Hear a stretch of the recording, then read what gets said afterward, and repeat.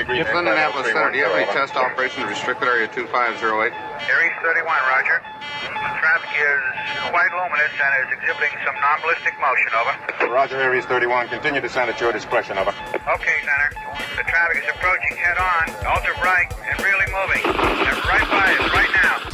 There are 1,000 UFO sightings reported around the world every month. 90% of these sightings can be explained, but 10% cannot.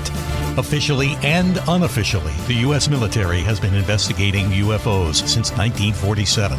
Their top secret goal is to find out what's behind these unexplained sightings. The Pentagon classifies them as unusual airborne anomalies, but a better term is X-Files. Join us now as Mack, Wanwan, and Commander Cobra explore these unsolved cases, UFO incidents that baffle even the U.S. military. This is Mack Maloney's Military X-Files. And now, here's Mack Maloney. Well, good evening, everyone, and welcome to Mack Maloney's Military X-Files show here on the Distant Thunder Radio Network. Hey, this is Mack Maloney. What a show we have for you tonight. A really big show. But first, let me introduce the members of the posse. Girls, get ready. It's that time of the week for you to sit down, get your mister, get your fan going, big box of Kleenex, big box of wipes, and I guess that extra large squeegee, because the very famous Wanwan is here. Hello, Mac. Hello, girls. Welcome to the show. It's going to be a great show tonight. I'm sure of it. It's going to be a crazy show. Guarantee it. Right. You what? Happy to be here, as always. All right. So what's going on with you? Did you get that Rolling Stones blanket in the background? You got that washed, laundered yet? I haven't laundered it in about a month, but it's probably due. It does have a tendency of collecting dust. Okay. Dust. Okay. All right. I hate dust. Yeah. Who doesn't? So listen, sorry, let's get the bad news out of the way first. Gills and Gigi Gilson Mills. No Coco tonight. He's out saving the world once again. However, maybe his Robin is with him. The Robin to his Batman, because no Switchy tonight either. He sent me. Yeah, what's up with that? I don't know. He said something about going down to the girls' orphanage or something. I don't know what he's saying. Yeah, I'm suspicious about that. You know what Switch told me? What? He told me he's going to Fargo, North Dakota. Yeah, I think. It's the annual convention of the toupee wearers out there. Oh, the toupee. Yeah, the rug. Yeah, the rug. It's a big time. He's going to speaking there, I guess. The meeting of the rugs. Yeah, they have it every year. Yeah, him and Mothman will be there. Oh, good. Okay, Mothman also. Fargo, great movie. So anyway, also with us, joining us tonight, is Jocko Johnson. He's having some technical difficulties, so we'll bring him in later. Also joining us up there in Sideways, New York, is our good friend, favorite good witch, Raven. Raven, how you doing tonight, Raven? Hello, my friends. I'm doing so good. Thank you for having me. Okay, now we should just explain. Well, let me introduce Club first, and our security chief. Luckily, he's here tonight. Willie Club is with us. Willie. Hi, Mac. Great to be here. Okay. Looking forward to another big shoe. Yeah, you ready? You get your seatbelt fastened? Here we go. Now, let's get back to Raven for a second, because Raven is actually doing a remote, as they say in the biz tonight. She is in a American Legion Hall in Endicott, New York. It's a place that we have kind of adopted. They've adopted us. And so they're joining us tonight. Off and on tonight. There's a bar going on. There's a bar there. There's pool going on there. Apparently there's bingo going on there. It's a lot of fun. So listen, why don't we just very quickly say hi to the Post Commander Mike Coleman. Mike Coleman, maybe you want to give the cans to him, please, Raven? I am going to pass these to him right now. Okay. I meant your headphones. Okay. All right. Hi, Mike. Mike Coleman. How are you doing, Mike? I'm doing well, Mac. Okay. Pleased to meet you. Okay, pleased to meet you. Mike, thank you for your service, by the way. Well, thank you very much. I appreciate it. I was in the Navy. He was in the Navy. We don't hear that very often. Well, listen. Well, we should hear more of it. From Navy guys? Crazy, but. So, hey, Mike, now listen, tell us, what's the name of the post, first of all? Our post is called American Legion Post 82. Mm-hmm. It's George F. Jansen, the Endicott EJ founder of Endicott Jansen Shoe Company. Mm-hmm. He donated the building to us back in 1922. 22. But it's 1920. It'd be 100 years old next year. Nice. Okay. Wow.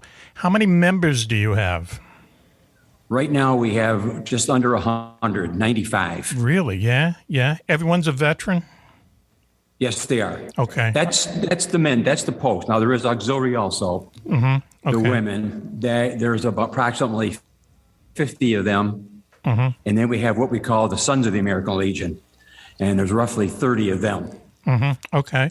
All right. So we met you through Lonely Larry, who is Raven's father. He plays pool there. Now, just give us a little description of the place. So you have pool tables, you have a bar, you have a bingo hall.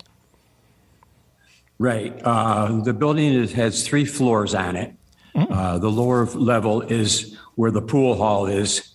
It used to be bowling alleys. There was 4 bowling alleys in there, which were manual bowling alleys. They weren't automatic pen setters, so we had pen boys. And the machines got so outdated that we couldn't have bowling there anymore. So it sat idle. It got to be a storage area. And finally, someone got the great idea of ripping them out and putting in a pool hall. Cool. And it's worked wonders for us. Sounds It's like brought us back financially. Yes. And it's worked. We have pool every night down there. Cool. Now, listen. On the second floor, we have our main hall. Okay, you mind interrupting you? No, not at all. We have our main hall.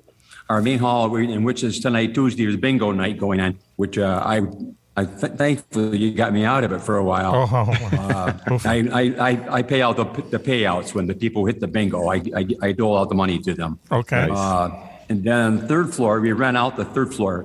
There's currently a fitness fellow up there that has women and men up there that pay so much a session to do their training up there. Oh, wow. Okay.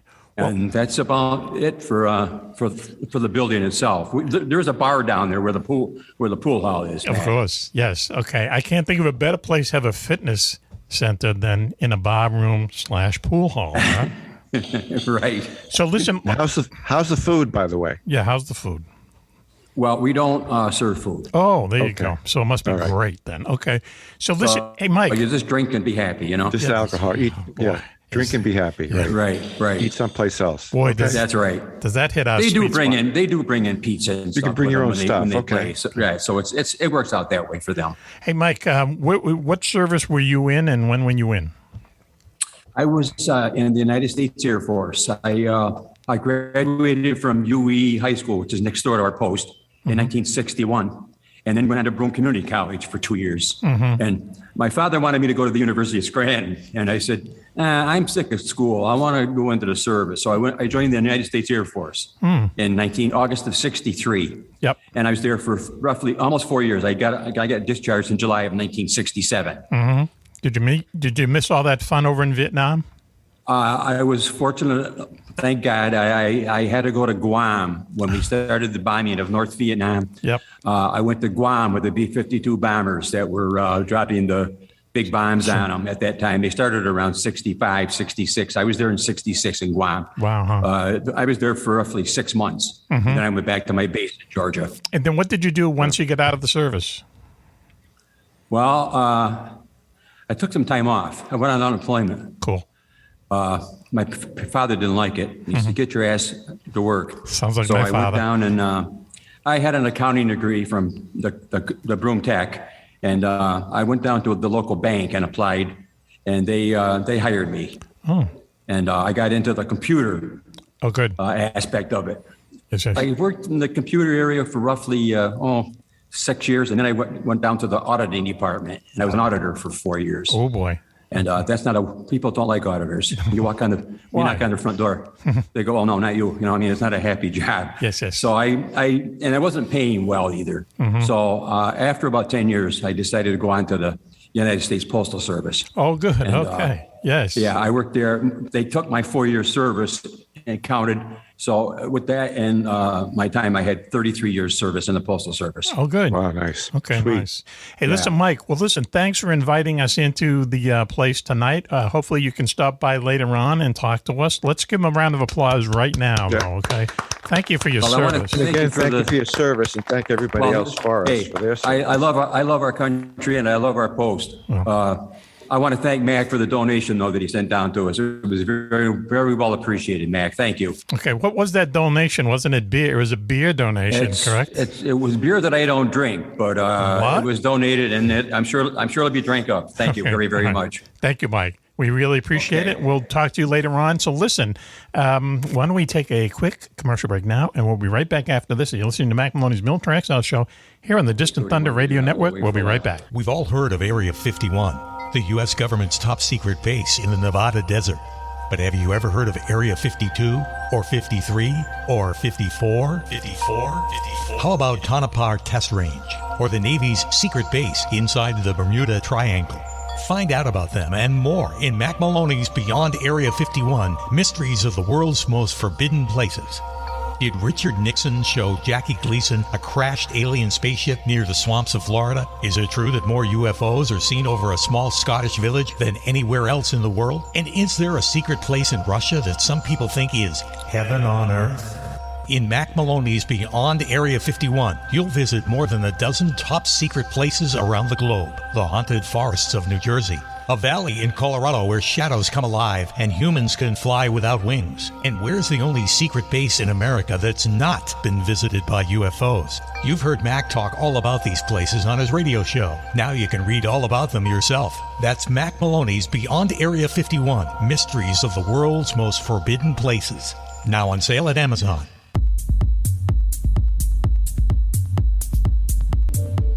Welcome back, everyone, to Mack Maloney's Military Exile Show here on the Distant Thunder Radio Network. Hey, this is Mack Maloney. Wow, what a show we have for you tonight. We are doing a remote. Raven is doing a remote from American Legion Post 82 in Endicott, New York. Post Commander is Mike Coleman. We just had a nice conversation with him. He'll be joining us later on. We love our veterans, and there's a lot of them there. 100 people are members of the American Legion Post 82 in Endicott, New York. Used to be a bowling alley. Now it's a fitness place and also pool, bar, and bingo. What more do you want, right, Lonnie? Right. Okay. Awesome. Everything except a poll. A poll. Okay. All right. I'm not going to. We have one of those here too. Don't worry about that. Oh, you do? Okay. Okay. Let me put my shades. Whatever. So I can understand this. Okay. Sorry, girls and girls of all ages. No Coco tonight. He's out saving the country. No Switchy tonight. He's, speaking at some kind of a hair system convention, apparently, according to the club. But on hand with us is our security chief, Willie Clubb. Willie, how you doing tonight?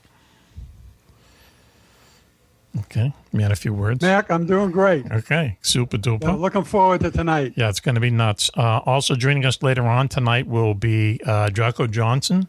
And we have a guest tonight.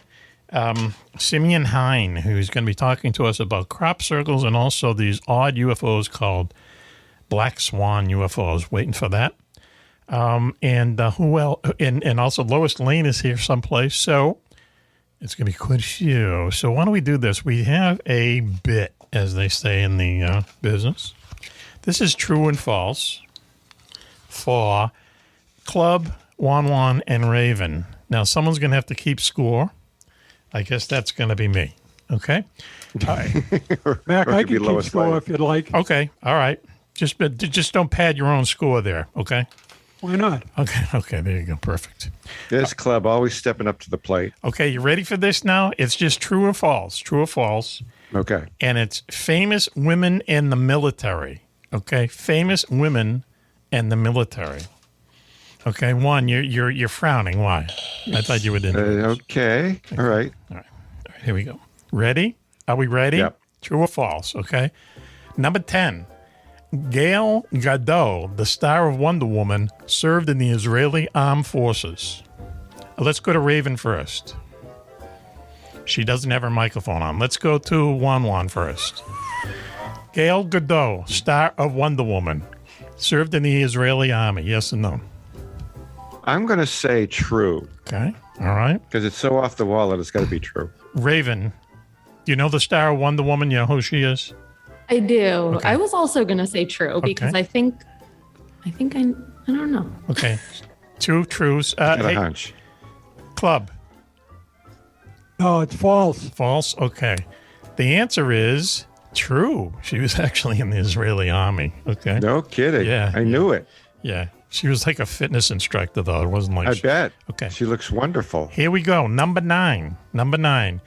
B. Arthur, star of TV's Golden Girls and the patron saint of Gigi Gilfs everywhere, served in the U.S. Marines. Okay, Raven, yes or no? I say true. True, okay. She looks like a Marine. Is that what you're trying to say? She's badass. Okay, yeah. badass. 1-1. B. Arthur She in looks the like a Marines. drill instructor. I'm going to say true as Okay, well true. because, Club. yeah. No, it's definitely false. Oh, wow. Club is wrong. It's true. She was in the one of the first people to serve in the U.S. Marines Women's Corps or something. Yeah, who knows what she did. Okay. B. Arthur. All right, looks like 2-0. Okay, number 8. I feel funny being the one reading these things, but number 8. In 1948, sex therapist Dr. Ruth trained as a sniper for the Israeli Defense Force. Does anyone remember Dr. Ruth? I do. Dr. Ruth? Yes, I remember. Perfect. Okay, why don't we go to Club? Club, yes or no? Definitely no. She was too short for the Air Force. Okay, all right. She was Or any military. Okay. Raven, yes or no? Do you know who Dr. Ruth is? I don't. Okay, all right. Give it a guess. But I'm gonna say false because it just seems a little out there. Okay, all right. 1-1. Dr. Ruth. I think it's false because her voice would scare everybody away and there'd be nobody to snipe She her wouldn't at. have to shoot anyone. As it turns out, you're Right. all incorrect. She was What? Yep, she was a sniper for the Israeli Defense Force from 48 to 1950. Okay, number 7. I feel weird. Outrageous. Okay, here we go. Number 7. I'm Ready? going to Google that. Okay. Yeah, Google. Number Jocko, Google that, will you? Yeah. When he joins us. Number 7. Before she became famous, TV superstar Jennifer Aniston lived with the commandant of the U.S. Navy SEAL Team 6 detachment in San Diego. 1-1. True. 1-1 says true. Raven. I Jennifer. say false. Raven says false. Club. Yeah, I agree with Raven. That's false. Okay, it is false. Sorry, 1-1. Ugh. Yeah. Yikes, we're going to have to sweeten this baby up. All right, here we It go. sounded plausible. Ready? Number 6. In 1953, in order for her to get a security clearance to do 2 USO shows for Allied troops fighting in Korea, actress Marilyn Monroe was sworn into the U.S. Army as a private and then given an honorable discharge 1 week later. 1-1. I believe it's true. Okay. I believe it. Club. Definitely false. Okay. Raven. You know who Marilyn Monroe is? Yes, I love Marilyn Monroe. Norma Jean Baker. There you go. I'm going to say true. True? Okay. It's false, as it turns out. Totally made up. But there's a funny story. She did go over to Korea and entertain the troops, okay? And she came back, and at the time, her husband was Joe DiMaggio, the famous, baseball player. And she said, "Oh, Joe, you have no idea what it's like to go out there and have 50,000 people cheering for you." And he says, "Yes, I do. It happens every day to me." Of course. Okay. All right, here we go. Did she really say that? Yeah. Okay. That's funny. Number 5. Howard Stern's annoying longtime sidekick Robin Quivers was once a captain in the U.S. Air Force. 1-1. I don't believe it. False. False. Club. True. True. Raven. You know who Howard Stern is? I do. I can't stand him. I would say true. True. Just because I really don't know. Okay. It is true. She was a captain in the Air Force. Yeah, she was a nurse in the Air Force, as it turns out. Okay. My God. Number 4. Queen Elizabeth. You should know this one, Wani. Queen Elizabeth served as a truck mechanic in the British Army during World War II. True. Wow. And she was a good one, too. Club. Absolutely true. Okay. Raven. True. Wow, it is true. She can tune up a car, tune up a truck, the queen. Yep. Okay. She served as a truck mechanic in the home forces for the entire extent of the war. The only royal family member who was officially in the service.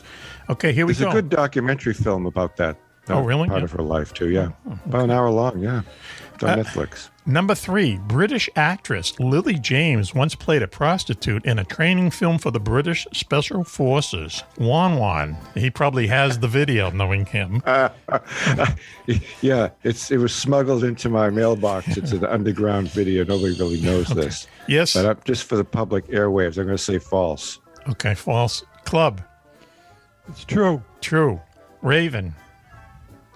True. True. I'm sorry. It's false. Juan got it right. He knows everything about Lily James. He would No, know. I should have listened to him. I do. Okay. I know what her underwear size is and everything. Okay, all right. TMI. All right, here we She's go. supposed to be sending me a pair, too. Ready? Okay, stop. Okay, never mind. You better stop. Okay, number 2. Your size? Yeah, what I do know size? what That's size. what I was going to say. It's What for size? my eyes only, by the way. Okay, there you go. Number I'll 2. wear them some night on the show. There you go. New Year's Eve. Number 2, in 1942, actress Hedy Lamarr, once described as the most beautiful woman in Europe, received a U.S. patent for inventing a radio-controlled, frequency-hopping torpedo, which was more difficult to detect in the water than ordinary torpedoes. I'm going to go to club first. Hedy Lamarr invented a torpedo. Absolutely true. Yep. Raven. You know I'm going to say true. Okay. Wani. Definitely true. You know, it's actually true. While she was an actress, she and a friend of hers invented this torpedo. And what they did was radio controlled, and they invented frequency hopping. Now, frequency hopping is the same technology that you have in police scanners. You know, when you see a police scanner and they're just going back and forth and back and forth. Okay. Yeah, she actually did that, and that's strange. What a weird dual life. Okay, we're down to number. There's a movie about that, too. Is there really? It's amazing. She was brilliant. Yeah, she was really smart. Okay, She's like a mathematician, and not only beautiful, but she was smart. Smart. Well, that's how we like them. Wicked smart. Number 1, we're finally at the end. Here we go. Get ready for this. All right. Hey, what's the score there, club? I'm up by 1. Really? Okay. Do you want to give the scores of everyone else, or I think I'm 4. Well, I don't want to embarrass them, but Okay. they're a little bit behind. go right ahead? But this could. Let's see now. All right, here we go. All right, the last one. Keep my behind out of this. The last one. Ready? Okay. Adult film star Sherry Poppins, also known as Jane Blow, and the wife of X-rated video director Rusty Boner, served in the U.S. Navy during Desert Storm.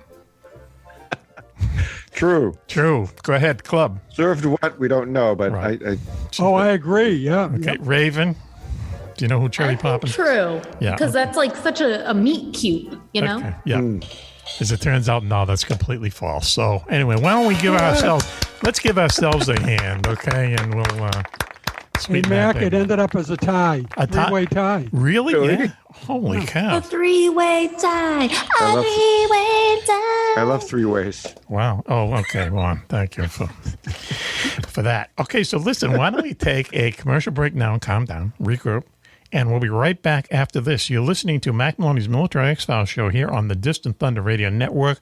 We have a guest coming up. Simeon Hein is going to talk to us about crop circles and things UFO related. And Lois Lane is here somewhere, and we are doing a remote from Post 82, American Legion Post 82 in Endicott, New York. It's a bar hall, it's a pool hall, a bar, a bingo hall, and a fitness center. Which one of these doesn't fit? Doesn't it? So, okay. So why don't we do this? Why don't we take the commercial break now, and we'll be right back after this. Please stay tuned. Hey fans, Lois Lane here, and I think it's time for you to get some free swag from Mack Maloney's Military X-Files show. We have badges, pins, bar coasters, and some very cool 3D show logos that we just can't wait to give away. Just go to MackMaloney.com and hit the contact button. Send us an email with your mailing address, and we'll ship the free swag out to you quicker than Switch can eat breakfast. That's MackMaloney.com and hit the contact button to get your free swag today. Requests for tasteful news of Wan Wan will be handled on a case-by-case basis.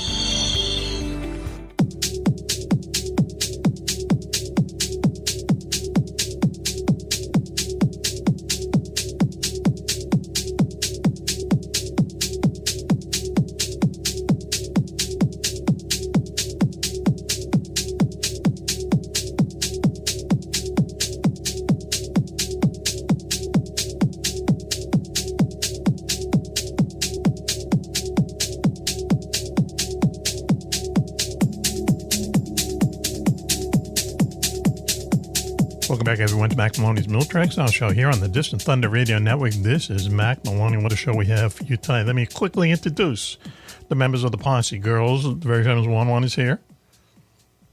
Hello, girls. Hello, Mac. Glad to be with you. Good. No Coco tonight, no Switch tonight. Can you imagine what those two are up to? I'm bumming big time. Yep. Batman and Robin out there. Those two. Stopping crime. Yeah. However, with us is our security chief, Willie Clubb. Willie, how you doing? Hi, Mac. Hi, folks. Okay. Great to be here tonight. Are you armed? Good to see you, Club. Are you armed? As always. You too, man. Are you armed tonight? Yes, I am. Okay, good to know. All right. Also with us is Jocko Johnson, our southern correspondent down there somewhere in the deep south. Jocko, how you doing tonight? Good, Mac. How are you? Okay. Much better now. Much better. Okay. You look relaxed as always. He does. He always does. Right. He's like chilling. He's like the king of chilling. He's the king of chill. That's what we should You learn that when you have to question a lot of people. There you go. Jocko was, as we know, 10 years in the NYPD Blue. He's 10 years down here in South Carolina Sheriff's Department. Oh, good. Okay. And between in those 20 years, how many hippies did you slap around? I'm going to say dozens, right? If they were arrested, maybe. If they resisted, I don't know.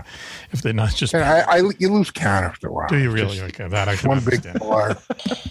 Okay. And not only hippies, it's just everybody to blur. Lose count. We have a guest with us, okay, so we have to behave ourselves. Simeon Hein is joining us. Let's give him a round of applause right out of the gate. Hello, Simeon. How are you doing? Hey, thank you. Okay, where are you located? I am in my bunker in Boulder, Colorado. Boulder, Colorado. You need a bunker out there. Okay, that's cool. All right. Good place.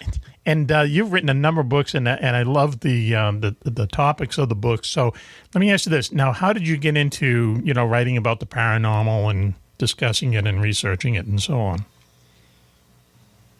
It started with taking a class in remote viewing back in 1996. I had just moved here to Boulder. I heard someone talking on the community radio station, Dr. Courtney Brown, who had the Farsight Institute. He had learned RV from one of the people in the military unit at Dames, and he had set up his own RV training facility just north of Atlanta. And he had written a book called Cosmic Voyage. And I had finished graduate school. I was skeptical, but open-minded. I didn't think I had any special ability. I thought maybe he had to be like a special psychic person or something. Mm-hmm. And I took his class, and it was like, the gateway drug to lots of different phenomena. Cool. Yes. Wow. So what did you go to school for, though? Oh, I have a PhD in sociology to teach research methods, stats, stuff like that. PhD? So you're a doctor. Mm-hmm. You're a doctor, in other words.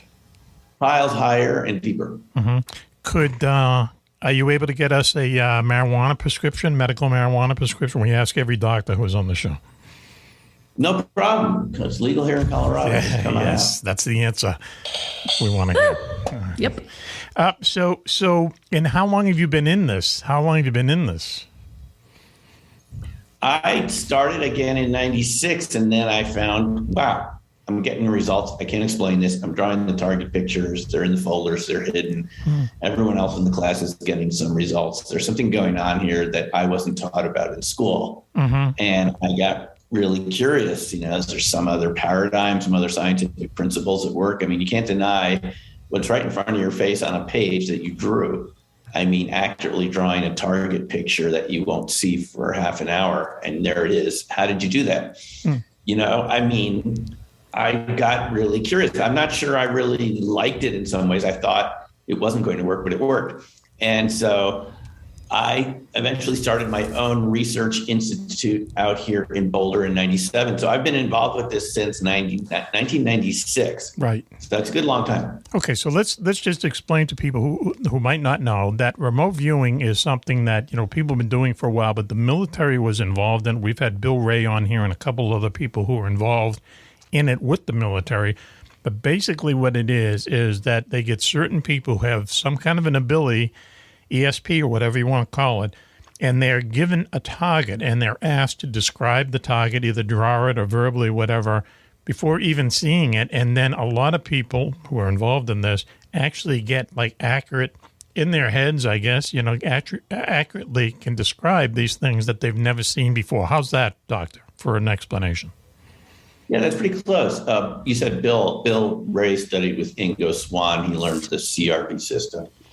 And that's a written system on a page, controlled remote viewing. There's another system called ERV, which was just sort of more what you're describing, where you see images and you just talk into a tape recorder. But this is a written system. I learned that system, and yeah, it was studied and researched by the CIA and the Defense Intelligence Agency as a sort of type of psychic espionage. And it started in the early 70s. They went, SRI had a program out at Palo Alto at Stanford Research Institute, as it was called back then.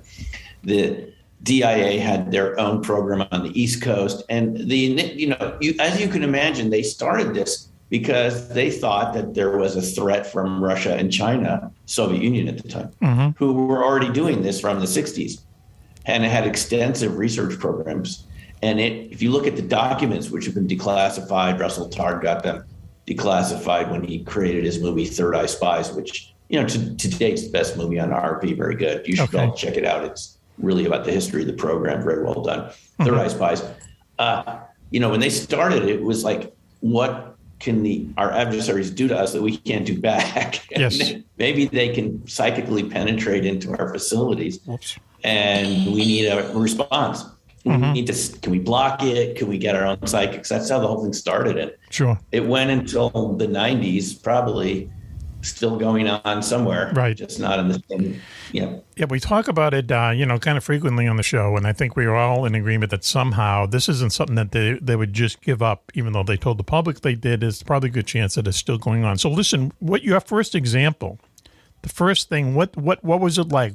What were you looking for? What did you see? What did it turn out to be? Well, in general, you start out with these verifiable practice targets, things that we can all agree upon what we're viewing.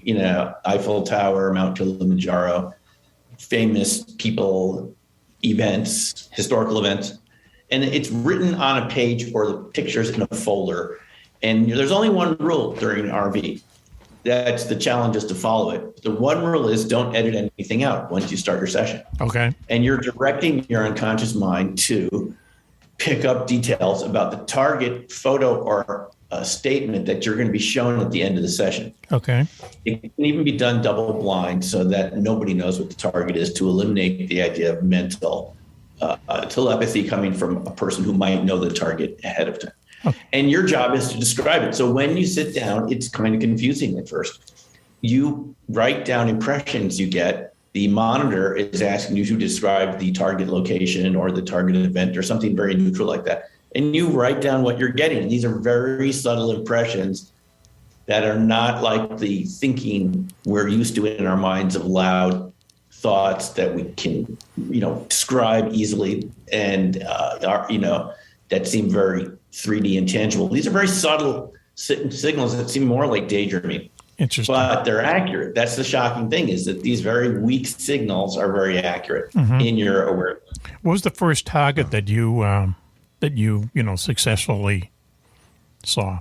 I think, and that's a good question. The one that really blew me away, it was a picture of Cancun Bay with the hotels there in Mexico. Okay. And of course, target's blind. I don't know what I'm getting, but I just got a lot of people speaking Spanish. I got this water, these tall buildings. I'm walking around in the buildings. I'm going to the places where they're cooking food. It feels like a resort. And I drew the picture that was actually the target picture. I had the bay and some fishing boats and a couple rocks, and it was all in the right places. Right. And the building.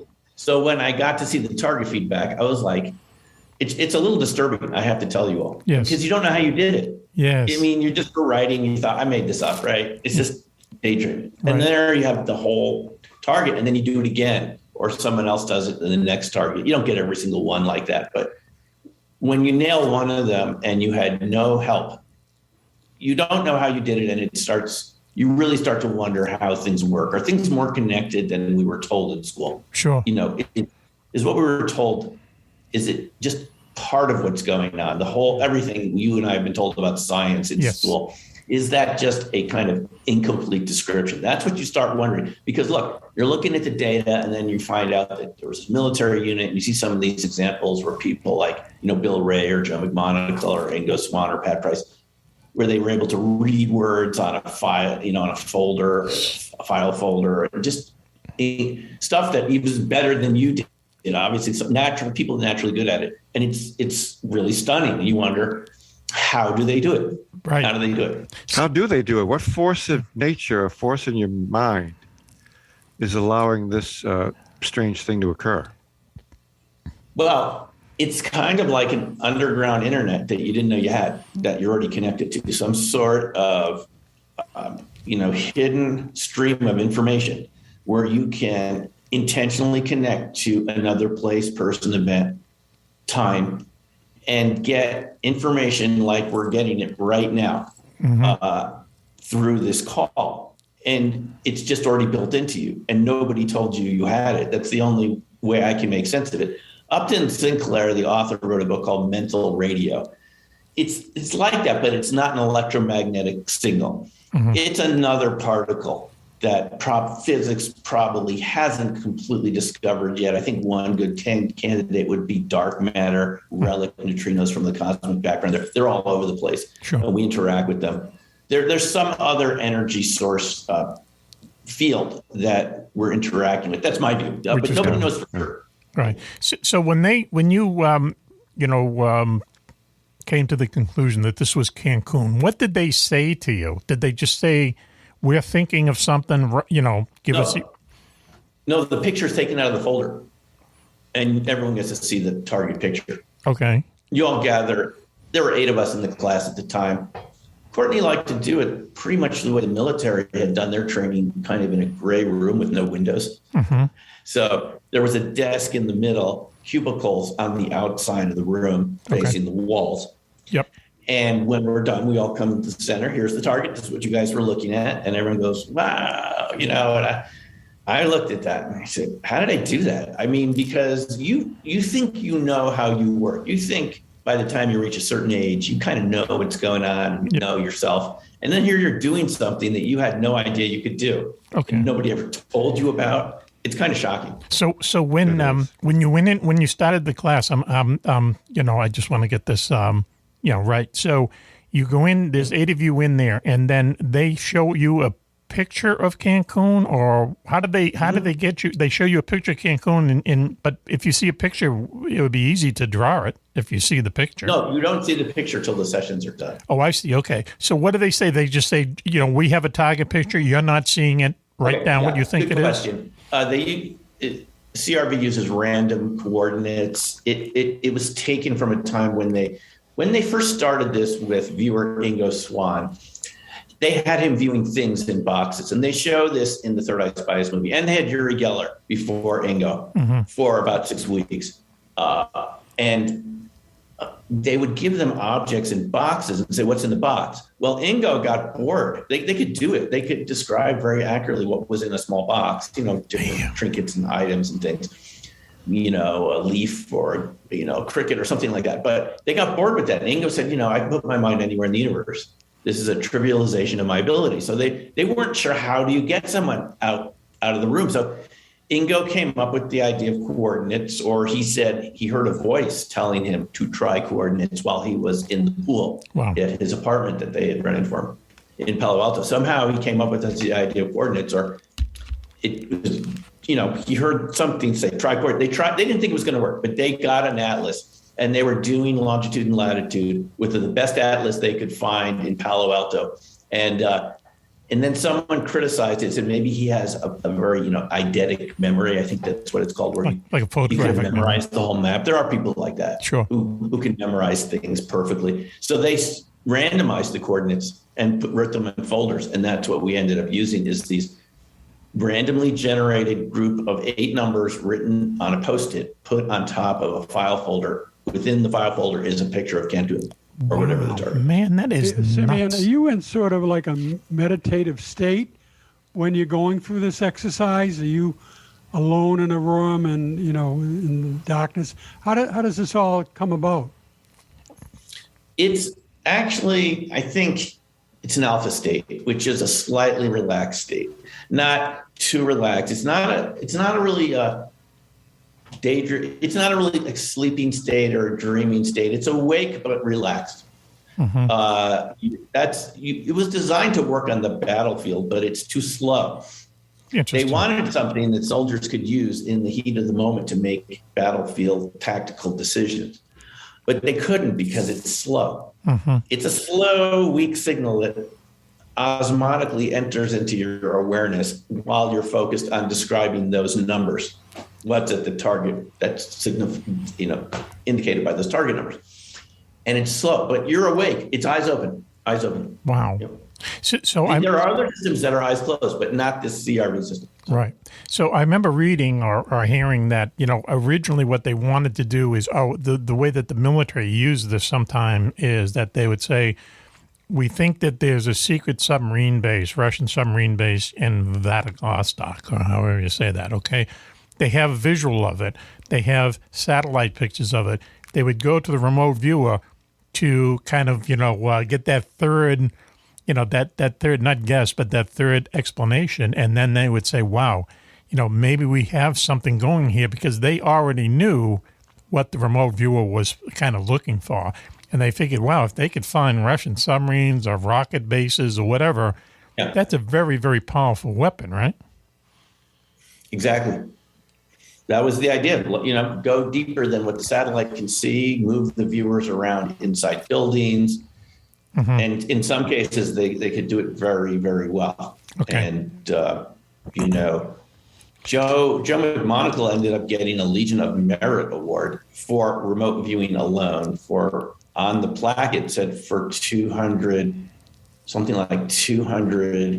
successful sessions or something like that. That's crazy. They actually indicated how many correct hits he had on top of how many sessions. Right. But he got an award, one of the highest, I think it's the highest peacetime award you can give someone from the military, Legion of Merit, for remote viewing. And so he's an example of someone who could do it very well and kind of created his own system. And you walk around the buildings, you get information, you spy basically. Those guys are using it for that reason, or to move ahead into the future and get information about an event that hasn't happened yet, things like that.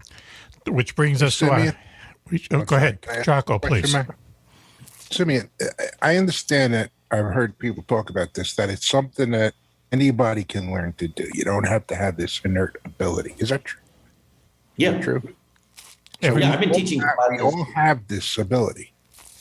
Yeah, I've been teaching classes here since '97, and it's just total beginners. And I'm always impressed by what total beginners can come up with. Do you think the Russians and the Chinese are still doing it, and we're not? I wouldn't see why not. There was, after the Cold War ended, they did go over to Russia, now what became Russia, and met with their counterparts, their former adversary viewers, psychics. And they had an extensive program. People are very good at it. I don't know, obviously, if they have it, they're not saying anything because I don't have any specific information. But why give it up? You know what I mean? Why give it up if it's something? Have we stopped? We haven't stopped.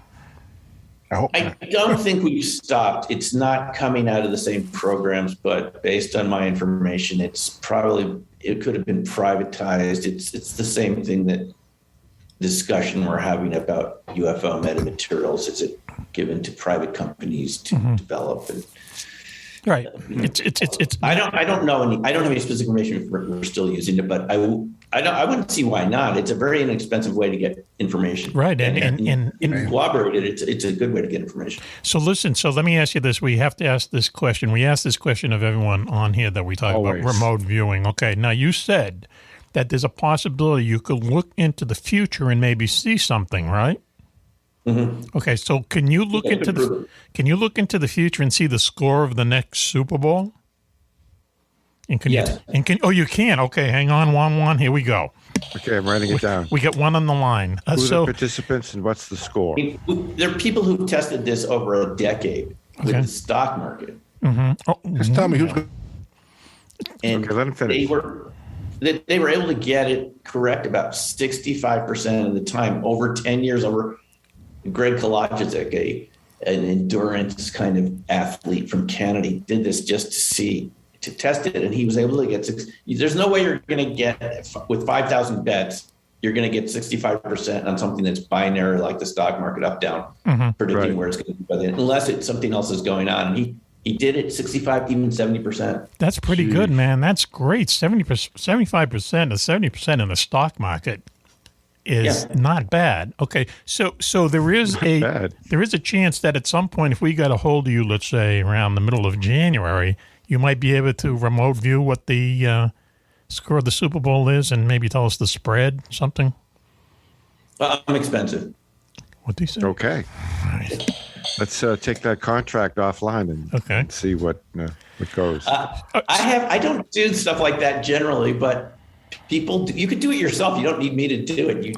There's a system. It's called ARV, Associated Remote Viewing, where you use it to make predictions. And we did it with the stock market once with play money and got it right 10 out of 10 times. Ooh, no way. Play money. Crazy. That's nuts. You could do it with cryptos, anything. Wow. So I'm gonna ask Raven, because I don't know why she's up in the upper left hand corner. Raven, what do you think about? Have you ever had anything like this, Raven? Do you have any kind of ESP?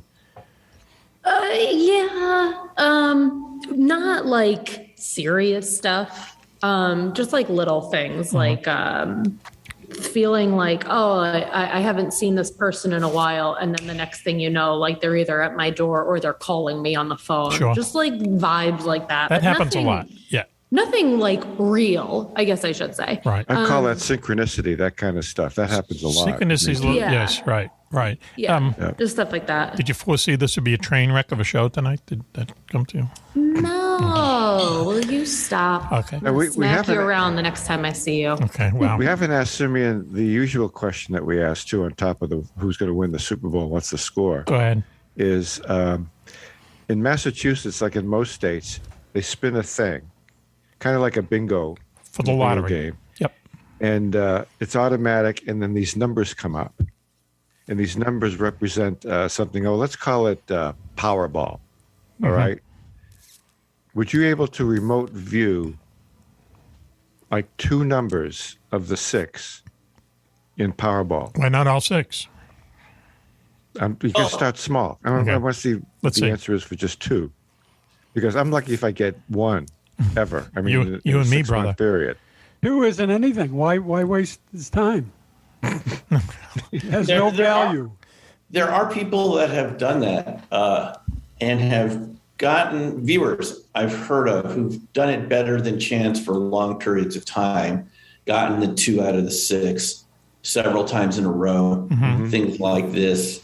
And then work their way up to 3 out of 6 or 4 out of 6, right? Yeah, we did attempt it once. We had 100 objects representing up to the number 100, and it was just too complicated. We had a really good viewer that I know here has done really good work, and we were going to do this and just ask her to select 2 of the objects out of, each one represented 0 to 99, but it was too complicated and it didn't work. But people can create systems like this. And I think what Raven is saying is that's really what you're talking about, is that everyone gets these intuitive hunches about picking up the phone and who's there and these things about people, our lives. That's what RV is, but you're refocusing it on something that is not directly related to you or your family or people you know. But that's the essence of it.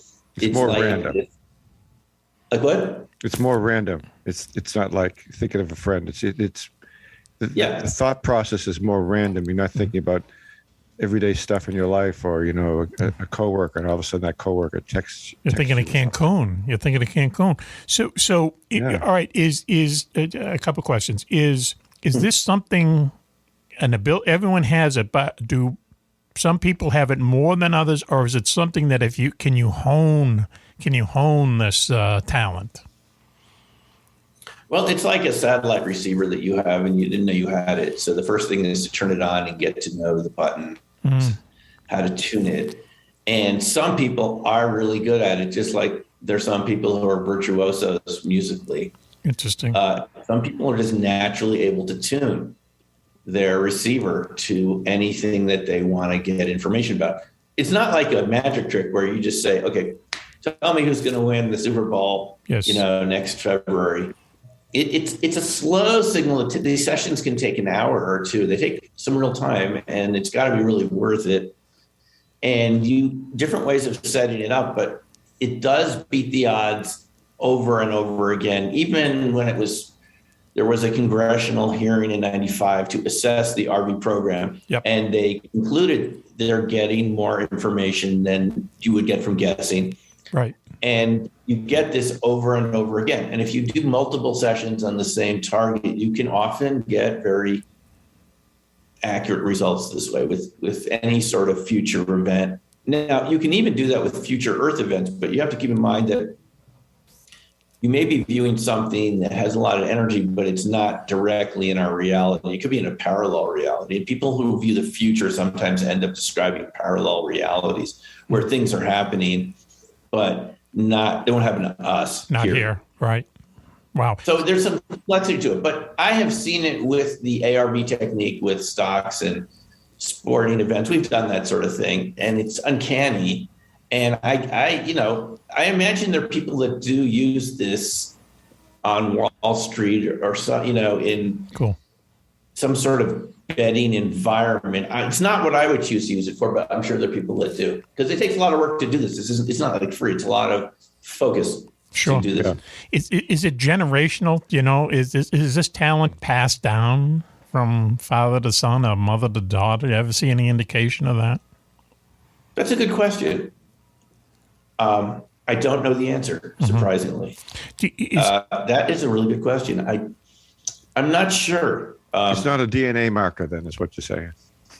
Yeah, that's really good. I got to think about that. I mean, the people I've known did not come from a family of psychics.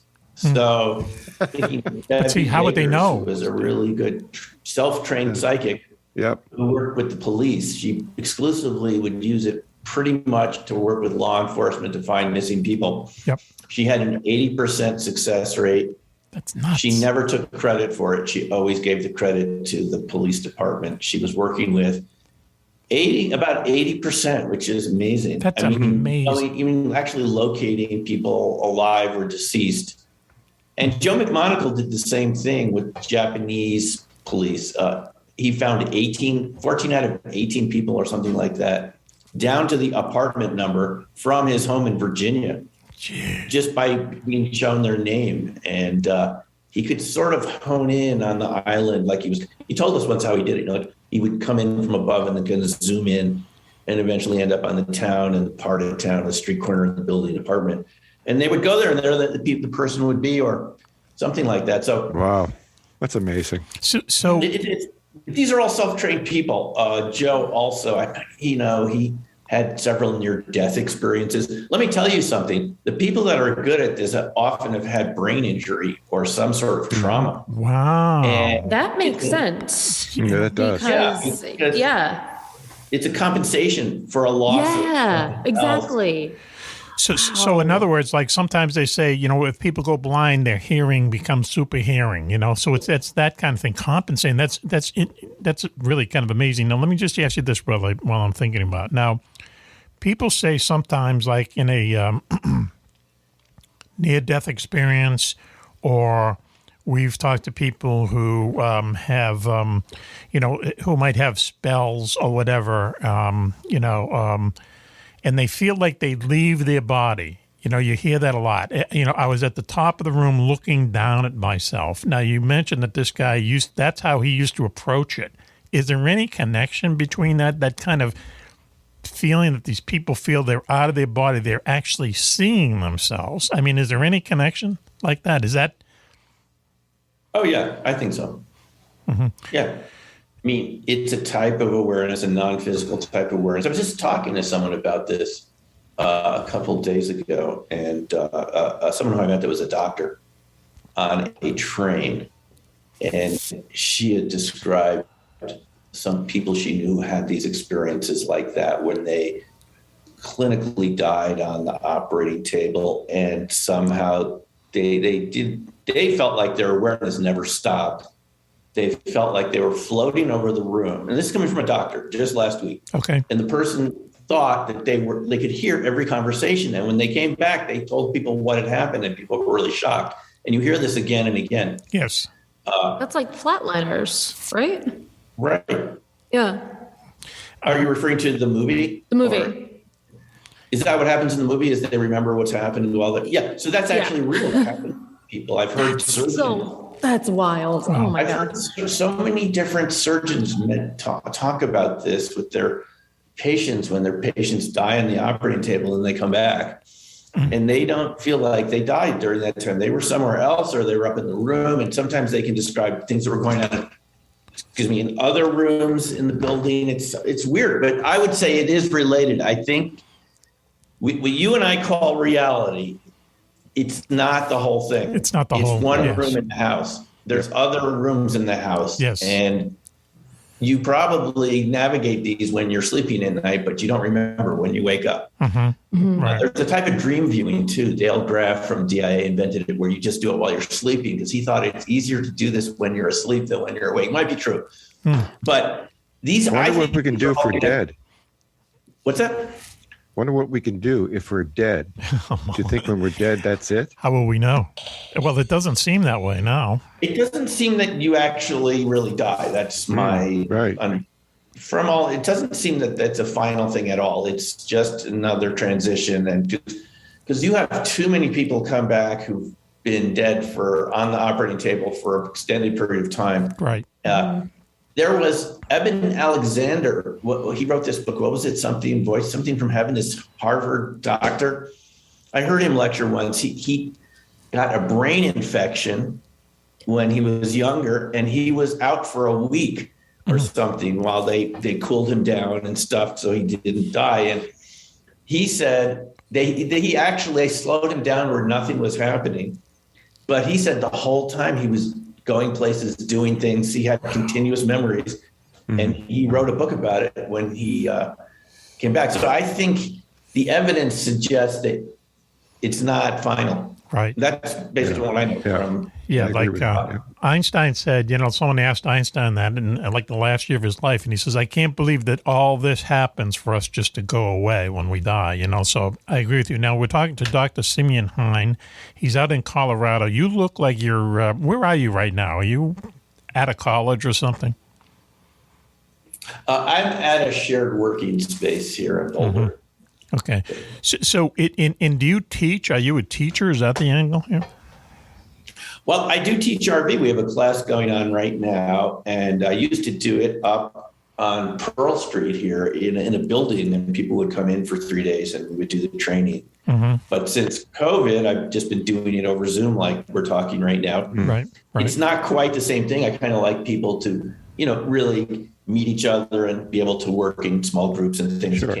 Quite as easily, but we can do something.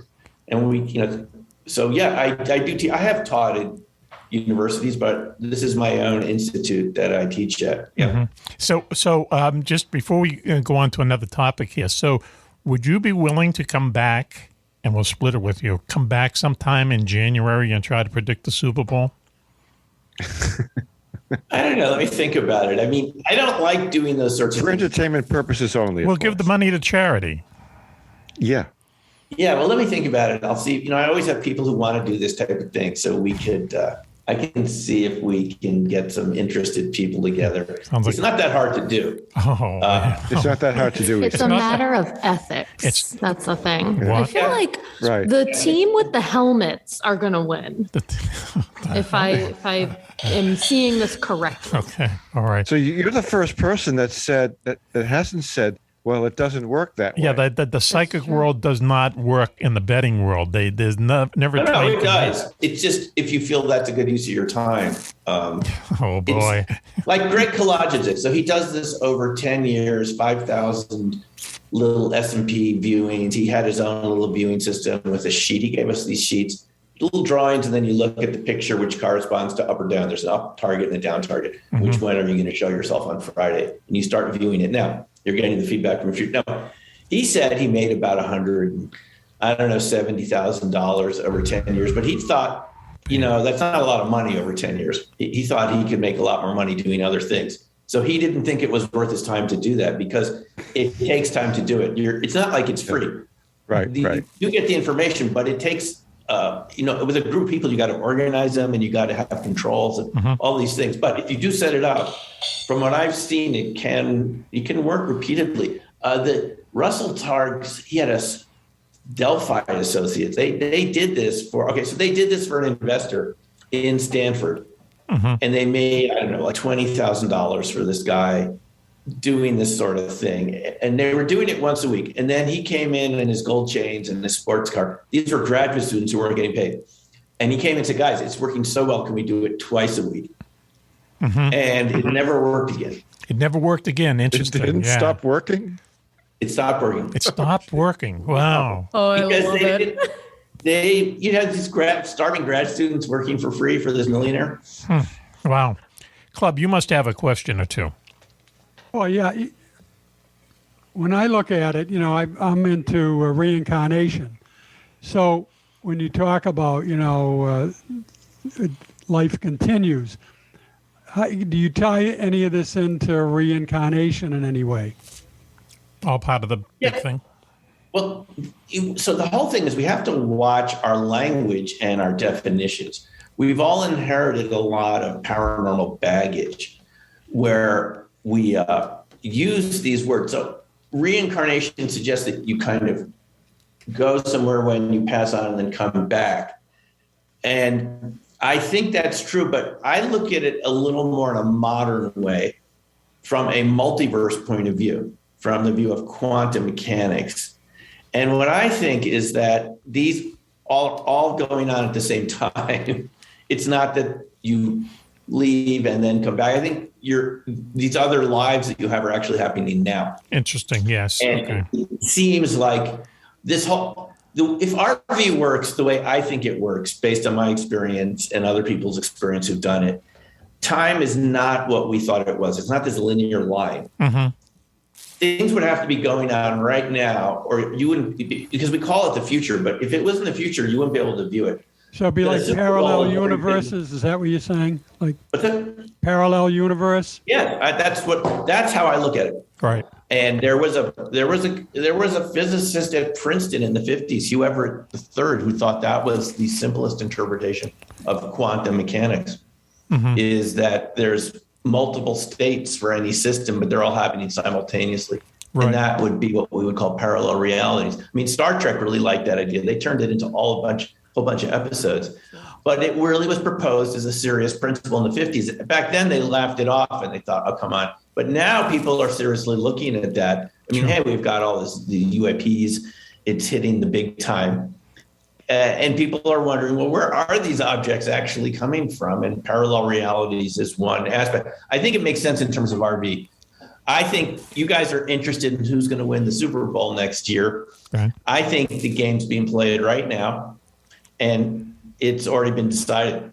Oh, really? Okay. So that's a good concept. Okay. Yeah. That's how I look at it. That's how I look at it as a viewer. Sounds like Patriots in Green Bay. Maybe. I'm not giving any hints. Okay, listen. So this is fascinating. What I'd like to do, if you can hang around, I'd like to take a quick break now, and we'll be right back. The whole gang is here. We're talking to Dr. Simeon Hein, who is into remote viewing, but a whole bunch of other things. So stay tuned. We'll be right back after this. Do you know where the world's most secret bases are located? Do you know what spooky action at a distance means? Is there a conspiracy by aliens to prevent us from conquering space? And where is the best place in the United States to see a real UFO?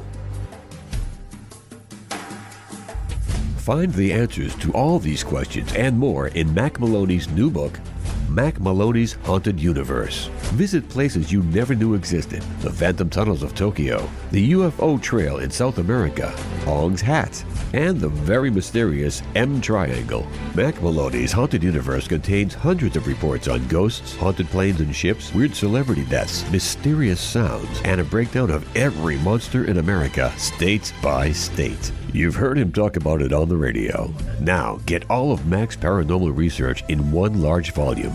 Mack Maloney's Haunted Universe, with a foreword by the very famous Wan Wan. On sale now in your local bookstore or on Amazon.com.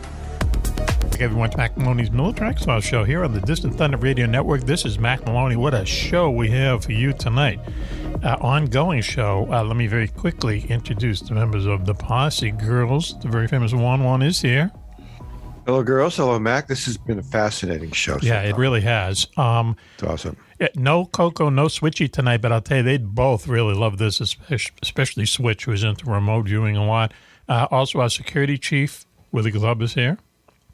Hi, Mac. Hi, gang. Yeah, very informative tonight. I tell you, every time I'm on the show, I always come away with a lot of new information. Really? Yep. I worry about information overload, in fact. Okay, all right. That's a new one on us. But anyway, our southern correspondent down there south of the Mason-Dixon line, but still alive, is Jocko Johnson. Jocko, how are you doing tonight? Hello, Jocko. He's thinking about it. Wow, he's thinking about it. There he is. Wow. Man, did you see him move? Okay, so also our favorite good witch up there in Sideways, New York, Raven. How are you doing tonight, Raven? Hi, my friends. I'm doing so good. Thanks for having me. Now, you have a hat on. Is it no bun night, no bun, no fun, or what's going on? No, there's no bun up here. No it's bun. just a hat. It's 2 degrees here, so I got to keep warm. Is it really? No, it's like 30. Okay. But it did snow here today. Oh, wow. Don't say that word. So upstate. Raven is actually doing a remote from good friends at the American Legion Post 82 in Endicott, New York. Okay. We've adopted them. They've adopted us. They were nice enough to invite us into the Post tonight, where they have a bar, a bingo hall, a pool hall, and a fitness center. Okay. I got a feeling the twain really meets. Our guest tonight is Dr. Simeon Hein, who has just fascinated us in the previous segment about remote viewing. And I just want to talk a little bit more about remote viewing for a second. Doctor, thank you for being with us. We appreciate it. Thanks. Okay. Thanks for having me. So I think we talked earlier, and I think everyone kind of agrees that everyone has these little bursts of ESP. Like Raven was saying, you think of someone and the phone rings and it's them. You haven't seen them for a long time. They're at your front door, whatever. So that really gives credence to the fact that everyone has a little bit of this. Okay, and we talked about that if you study it, if you practice it, you can get better at it, right? Yeah. Okay. So why isn't this the biggest story in the world? Why isn't everyone into this? You know what I mean? Why don't more people know about it? Because it seems like it's just a fantastic thing that we know works. The answer to the question is we're all as psychic as we need to be. As I mentioned before, some people that become really psychic do so after an accident, like falling from a ladder or getting hit by a bullet in the head. I've heard of that. In the head. So everybody is already you're already using this. That's what I realized. You're using this to make decisions. Every time you make a decision, and when you encounter people you don't know very well, business situations, personal situations, you have to use a whole range of sensory data from your senses, your gut feeling, that feeling of gut feeling about someone. Yep. Yeah, we all use it every day. Every time we encounter anything that's slightly unknown, we have to rely on all these subtle spidey senses. Mm-hmm. And so we're already using it to begin with. And as I've mentioned, to actually use it in RV, you actually have to go into a room like this, where I'm in, close the doors, have someone set up the target. This is a time-consuming thing. So not everyone is doing this because, first of all, it's not 100% accurate. It's not like this magic trick where it's just like mind, I'm going to get every time. You're going to get more than you would if you were guessing. Mm-hmm. But to use that in a practical way, you're already using it pretty practically when you rely on gut feeling and intuition. And I think all the studies I've read, many of them show that people that rely on their gut feelings, intuitions make better decisions. Sometimes I've had people who've taken the class generally say things like, I had this feeling to go another route to work, and there was a traffic jam there, and I didn't know about it. but it was the right decision. Right. And things like that. People have told me their businesses took off after taking this, not because they sat down with written paper and do it. They just started trusting this other signal. Instinct. That is very quick. It's sort of faint. And it gives you a little, I think the military calls it situational awareness. Yes, sure. That's what we're talking about here, is it teaches you to pay attention to that type of awareness without having to logically justify why you're getting that feeling. I know several people, I've had it happen to myself driving, where you had a flash of something in your mind and about 30 seconds later it materialized on the road, and there was no way you would have seen it from where you were back there. You just got that feeling to pay attention, slow down. I had it once going into Seattle through one of those tunnels going west from the mainland in Washington State. And I was going to do a kind of talk about this. I got the feeling to just turn off the radio, slow down, pay attention. And about 30 seconds later, the car in front of me lost control, hit the wall in the tunnel. I saw them trying to brake, but the car was fishtailing. And the next thing I knew, and there was a truck behind me, 18-wheeler. Well, I don't know how I got to the other side. The next thing you know, I'm on the other side of this car, and I wasn't hurt. Wow. And I called the state highway patrol later to find out what had happened. And so that voice, whatever that voice was that told me to turn off the radio, pay attention, slow down, that's what we're talking about here. Right. And that to me is the best use of it, is when those things happen in your life. I know other people who've had this in automobile situations where they went through a red light all of a sudden, only to find out if they hadn't gone through the red light, they would have been hit by a truck that lost its brakes, things like that. Right. So, or they said, I let God take the wheel. I let Jesus take the wheel. I think there's a country song about that. Does he have a license? Yeah, well, however you think it works, it's learning to pay attention to that in moments when it really matters. So I would say, it's kind of, Mac, it's kind of a long answer to your question. I think we're already using it. I've heard enough testimony from people in law enforcement where they just, they did something without any logical justification, and it saved their life because there was a bad guy on the other side with a gun waiting, and they didn't go around the corner just because they had a feeling, stuff like that. Right. And that's how you use it. The only difference is when we do it, you're training it, and you're, deliberately putting yourself in the most difficult situation, no feedback, no advanced knowledge, and you're really tuning into it. So when you're in daily life situations, you're going to make better quality decisions. That's how I see it. Okay. Some people think it's a guardian angel or some entity from a religious nature that is providing some of this mental capacity to do some of these things. That's like would be a convenient. Take on that, the religious aspect of it. A convenient description of what might be happening. So I'll ask you this question first. Do you see any is there any religious aspect to this at all, Doctor? Spiritual?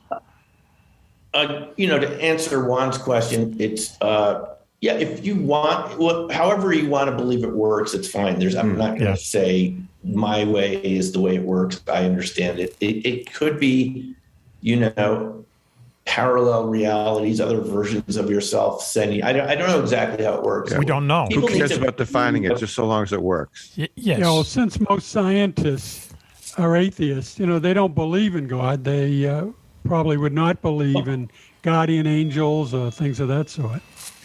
But it doesn't really matter what you believe, it still works. And I think, coming from a scientific background, I look at the quantum field, I look at how things are entangled, how everything's connected, which is what quantum mechanics tells us. Right. We're more connected than we're conscious of. And the main thing is that what's in your conscious mind is not all that's there. There's more that you're aware of, more than you're aware of. Yeah, right. Okay. That's the only way I can say. Now, You know more. When you learn to trust that, I think people in dangerous situations, people have to make quick decisions, already tune into that. And this is just learning to pay attention to that signal versus the one we were taught about in school, the logical linear thinking mind, which is a lot.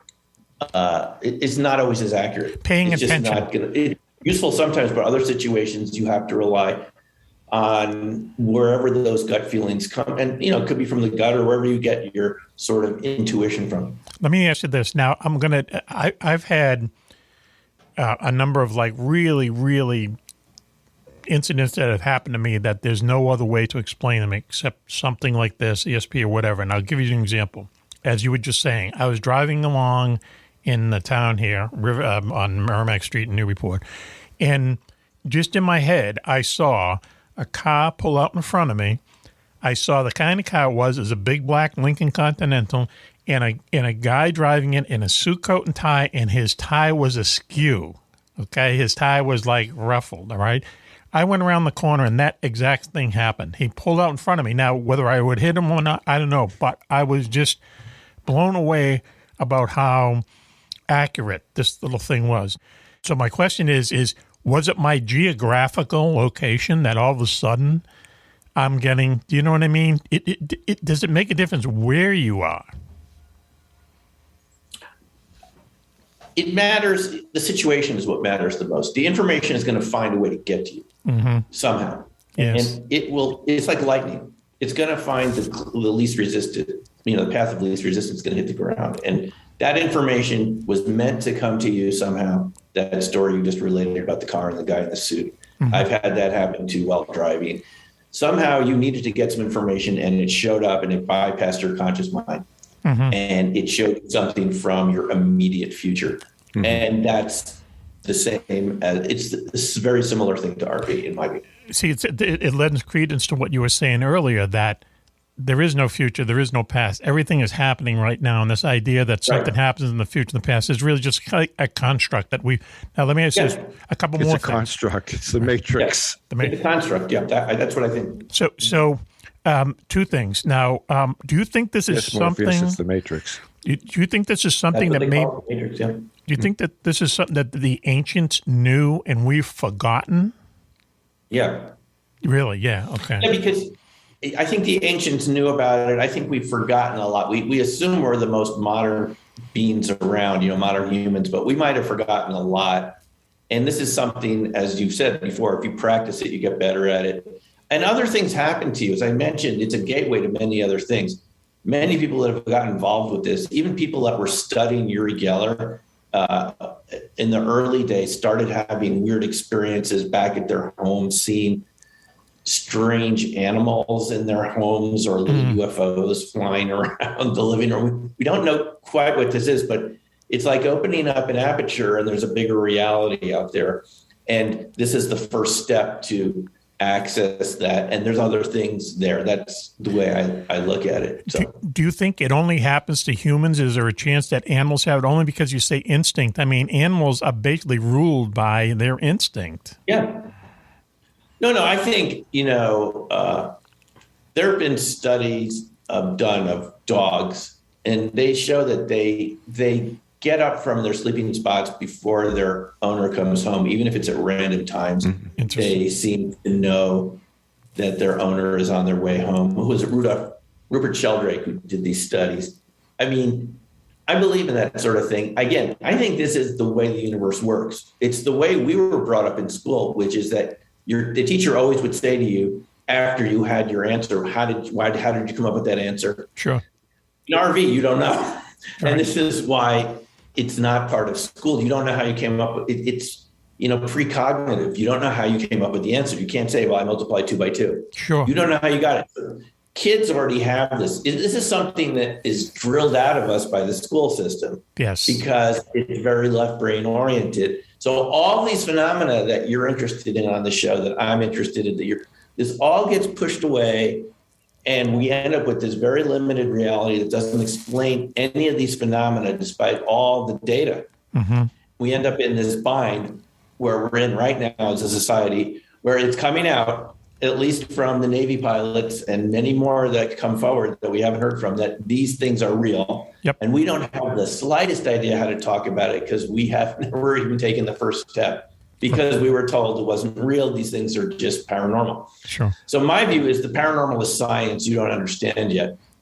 And it's the opposite of the way we were taught in school, which is to have to justify your answer. If you do that during RV, it won't work. You just let the information out and worry at the end, you look at it and try to piece it together. And it's weird. It feels weird because all of us went to this school system where it's like A to B to C, very linear, right? Yes. Linear. logical, rational. That's not RV. It's not linear. It's not logical. It just, the information gets to you, like in these cases we've talked about with auto incidents. And, you know, the idea is that it could save your life if you learn to pay attention to it when it matters and worry later why it works. Yes, right. Right. Take the action you need to take at the moment you're going to take it. Now, we don't want to push this too far because there are people that are always slightly imbalanced that would probably do things that they shouldn't do if they were just following their impulse. Mm-hmm. But for most of the population, learning to follow that a little, tuning into that would probably be beneficial. And that, and going back to your question, that's how people use it every day anyway. So I think people are as psychic as they need to be. They don't need to come and take my class. That's for people who think they could benefit from tuning it in a little more. That's not everybody, but some people. Right, sure. But taking a class would be like a guide. You could guide the individual. You don't have to just teach them, first step, do this, second step, do that. It's a guide. And I even have it online. People can take it at their own pace. I call it virtual viewing. My site is virtualviewing.org. It's like a pre-recorded class. People go through it. You can do it at your own pace. Mm-hmm. And people tell me it's helped them, or I wouldn't be involved with this, that they get something out of this. And I have seen it so many times. And again, all these other things that you're interested, it's all related. I think ultimately we're going to find that we're all dealing scientifically with the same phenomena, whether you call it RV or crop circles. Yes. Or UFOs. There's just other levels of reality that are happening around us. And we've done a very good job of tuning it out through our education, through our viewpoint. I don't know exactly why, but those of us in Western civilization have done a very good job of tuning all these things out. Right. We've called it witchcraft. We've called it, people were burned at the stake for this. Guys, yes. Think about it. I mean, how many women were condemned as witches in the Middle Ages? A couple million, 9 million. I think the estimate was women were killed because of accused of being witches. So there's a reason we don't do this, is because you would have gotten killed for doing this in the past. But we don't live in that society anymore. We can do this. We can explore, and it's a type of basic principle that information is flowing around, energy, and it's not coming through a wire. And that's what Nikola Tesla said. This isn't really new. Notice how we don't pay much attention to that guy either, but he invented fluorescent lights and AC power. I mean, where did he go in history? He invented half of the stuff around us. And a lot of other different things. A lot of other different things, yeah. There's a story that Tesla at one point actually levitated himself, and he did it in front of people, like kind of celebrities back then, maybe Arthur Conan Doyle or someone like that. So it seems like Tesla knew stuff that we didn't know. He was tuned into. See, I agree with you. And we talk about this all the time. We talk all the time about, hey, maybe ghosts and UFOs and the Loch Ness Monster and ESP. It's all part of one thing. The unified field theory of the paranormal, let's say. It's all part of one thing. We just don't know that one thing, right?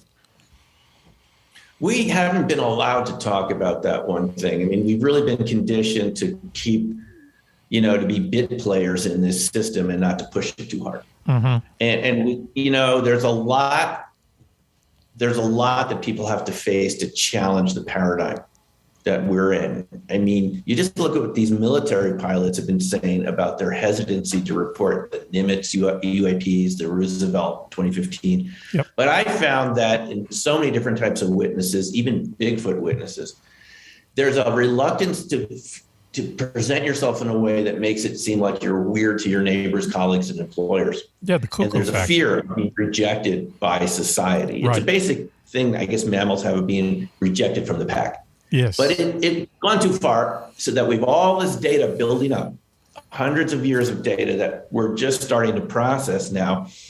It was a real shock to see what's the Director of National Intelligence, DNI, Avril Haines, say this week that she just started saying that we're encountering objects we don't know how they work, something to that effect. Mm-hmm. I mean, right there in Washington, D.C., it's finally coming out that we're just admitting there are things we don't understand. That's all. That's see, that was a big step. As you're saying, Mack, it probably comes down to these fundamental principles that Tesla was working with, really tapping into these high levels of energy that make the universe work. And and basically losing the fear of exploring these topics and being accused of being a weirdo. Yes. Because you're interested. Again, Bevy Yeagers never took credit for those cases when she worked with the police. Right. She let them take the credit for it because they don't want to say, well, we're using psychics. But there are other ways of doing things. And, we need to do this. Energy, there's so many different aspects of this that matter to us. And we'd have to remove that fear of being ostracized or ridiculed for being involved in any aspect of this. Right. Just a couple more questions, and then we're going to wrap up the segment. Let me ask this. Do you think that the fact that, as you see, it's kind of like the ridicule factor, if you speak about things, if you're a pilot and you see UFOs in the military and also airline pilots, they're very reluctant to talk about it because of that reason. But do you think that's the way it's supposed to be? Do you think that there's a reason why this is something that is kind of quote unquote fringe? Because what would the world be like if everyone was just tapping into ESP all the time? Would we get anything done? That's a very good question. There has to be some sort of balance. If you push the meter too far, people would be too sensitive.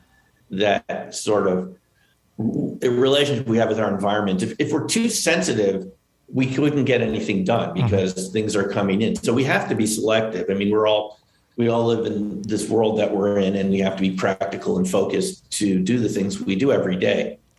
But that doesn't mean that there aren't other things going on. And I think that the first place to start is in science to remove the hostility. Sure. We don't want everyone just to be a super psychic because nothing would get done. You can't just sit here and have the signals coming in. Yes. But we can remove the stigma so that scientists can be studying it, people that have had these experiences. We need to have a way of talking about this without the fear we've had. Otherwise, we end up with this 70-year UFO cover-up. And pilots, people don't talk about it. They get threatened by whomever this is in the government, no doubt about it. And we just go on for decades without making scientific progress. And if we keep going down that route, if we push the needle too far the other way, where okay, no one talk about these things, we got to be practical, modern people, then our foreign adversaries will make much more technological progress on this than we will. And we'll have a Sputnik moment because they weren't afraid to explore it with their scientists. Right. So it's a great question, Mac. There's just got to be a balance, I think. In our lives, it's been too far in the other direction. I grew up in Westchester, New York, near the Hudson Valley. Ufo. I've spoken to so many people recently. Is that where you're from, Raven? Are you in that area? Yes. Same here. Yeah, I'm from downstate originally. Downstate, yeah. So many people saw the Hudson Valley UFO. I spoke. My wrestling coach saw it with the wrestling team coming out of Mamaroneck High School in 1979. Thousands. They didn't talk about it back then. It was too frightening, this big black triangle hovering over the high school. Yep. But I found out about it a couple of years ago, 40 years later, these are my friends in high school, but they didn't talk about it. Yep. So you got to wonder if you go on too long without letting these stories out and people talk about it, does it kind of hinder our sense of progress that we, being people that are open to new information? Yes. And that's where we've been for too long since the World War II. Right. Is too much hostility towards any of this subtle energy science, whatever you want to call it. The danger is we'll lose our economic productivity to other countries that aren't afraid to tap into free energy, new ways of, new types of transportation. You know what I'm saying? The money. So before we wrap this up real quick, I'm going to ask you one more question, and I want you to tell everyone about your latest book and so on. Yeah. Okay. Do you see in our lifetime anything changing? Yeah. I mean, this ET issue is coming straight at us. There is no way to avoid it now. It is there. Yep. And we know that the government has incontrovertible proof of these objects moving in and out of our atmosphere, coming up out of the ocean. Do you think they know what they are? We're not the only ones here. Okay, this is what's coming at us. I don't know if it's next year or the year after, but we're all going to be dealing with this issue one way or another. We're not the only ones here. There are other intelligent beings here. I don't know if they're from under the ocean or from other dimensions or coming. They're here. Right. And you're going to see this coming up again and again. And eventually, whoever the president is going to be talking about it. We pushed it away for so long. Right. So you can't deny, and as you were saying, Mac, pilots don't talk about it. They don't want the psych evaluation. I know pilots have seen these things. Yes, they see them all the time. Sure, they don't want their job to go away. It's a job. You're right, exactly. And you get penalized for talking discharged. about you really saw something. You felt the heat through the windshield. The other passengers might have seen. We shouldn't be so afraid. We've been living in this fear of this phenomena, and we got to get over the fear and find out who are these other folks here? Who are they? What are they doing? We need to find this out and connect the dots, and maybe they can help us figure some of the rest of this out. But there's someone else here, ETs, if that's what you want to call them. Maybe that's what they are, but I don't know for certain. But they're here. Okay, yes and no. They're objects all the time, and you're seeing it in the news more and more frequently. It came up. Congress is looking into it, and that's what's coming at us. They'll do a good job. A yes or no question, okay? Do you think the U.S. government knows what these things are? They have evidence that they exist, but do you think they know the origin of what we call UFOs? Not completely. Okay. All right. They have a good idea, but they don't know, really. They don't know any. I mean, I don't think they know any more than we do. And the fact that they admitted. They know something. Mm-hmm. But that doesn't mean they know the whole story. Sure. But they have the data. That's what the thing is. That the sensor systems are too good now in satellites and these the military systems. They pick these things up all the time. It's just whether anyone has the guts to talk about it. I mean, as we've been told, it's not career enhancing to be involved with this topic. Right. But I predict it's going to flip. You wanted a prediction? That's my prediction. Okay. It's going to go from something that wasn't career enhancing. All of a sudden, it's going to be like the in thing. The big thing, yes. That I can see. Languages, technology, religion, you name it. It has implications for everything. Just like 500 years ago when we found out we weren't the center of the universe, there was a time people thought Earth was it. That's it. Yep. Nothing's happening on Earth. We're it. And all of a sudden there's other planets. We're going around the sun. We're in a solar system and a galaxy, Yes. So that's the type of change that's coming at us over the next decade. The same thing that happened during the time of Copernicus, where we realized we weren't the center of everything. What a shock. But hey, it's going to be fascinating. I can't it's already really getting really interesting now, but we're all going to be challenged by that. I hope everyone is going to be challenged by this. I hope it happens soon. So listen, we're going to have to leave other topics to another show, but tell people what's your latest book and where can they see you? Where can they get a hold of you and so on? Well, you can go to YouTube. I have a YouTube channel. I'm always posting videos there several times a month. On these topics, when I get some ideas, I have my website, New Crystal Mind. You can go to openingminds.info to look at my book about some of these topics, Opening Minds. My most recent book was Black Swan Ghosts, about UFO witnesses. A lot of them that I encountered. Since remote viewing, I encountered some back in that RV class from NASA. At the Farsight Institute, and I started meeting more of these very credible people who had good stories to tell. So Black Swan Ghosts, you can read that to read my latest book. But go check out my YouTube channel and, of course, visit any of my websites, New Crystal Mind, openingminds.info. Google Simeon Hein. Hey, listen, I feel like I've done a semester in college just in the past, hour and a half. Thank you very much. We usually aren't at this intellectual level on the show. Maybe we should, strive for that. But this has been very informative. It has been really great. Be careful how intellectual we get. Yeah, that's true. You could throw us off our track. Let's give the doctor a round of applause, please. Oh, thanks, okay. We'll sweeten it up and post. And we'll come back and talk about crop circles. Yes, I believe in crop circles, by the way, Mac. I don't. Fascinating topic, and we made some important discoveries with that. Hey, listen, Dr. Simeon Hein, thanks very much for joining us, and we hope to see you soon. Thank you. Okay? Why don't we take a break now? And you're listening to Mack Maloney's Military X-Files show here on the Distant Thunder Radio Network. Thank you to Dr. Simeon Hein for joining us, and we'll be right back after this. We've all heard of Area 51, the U.S. government's top secret base in the Nevada desert. But have you ever heard of Area 52 or 53 or 54? 54? How about Tonopah Test Range or the Navy's secret base inside the Bermuda Triangle? Find out about them and more in Mack Maloney's Beyond Area 51, Mysteries of the World's Most Forbidden Places. Did Richard Nixon show Jackie Gleason a crashed alien spaceship near the swamps of Florida? Is it true that more UFOs are seen over a small Scottish village than anywhere else in the world? And is there a secret place in Russia that some people think is heaven on earth?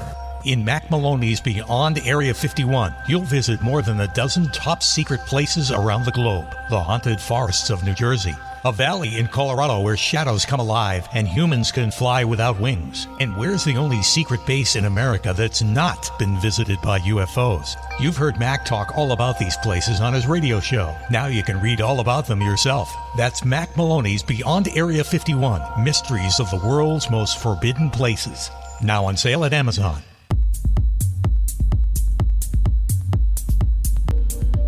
Welcome back, everyone, to Mack Maloney's Military Exile Show here on the Distant Thunder Radio Network. This is Macaroni. Well, what a show we've been involved in tonight. I feel bad that Switchy and Coco weren't here because it's been so educational.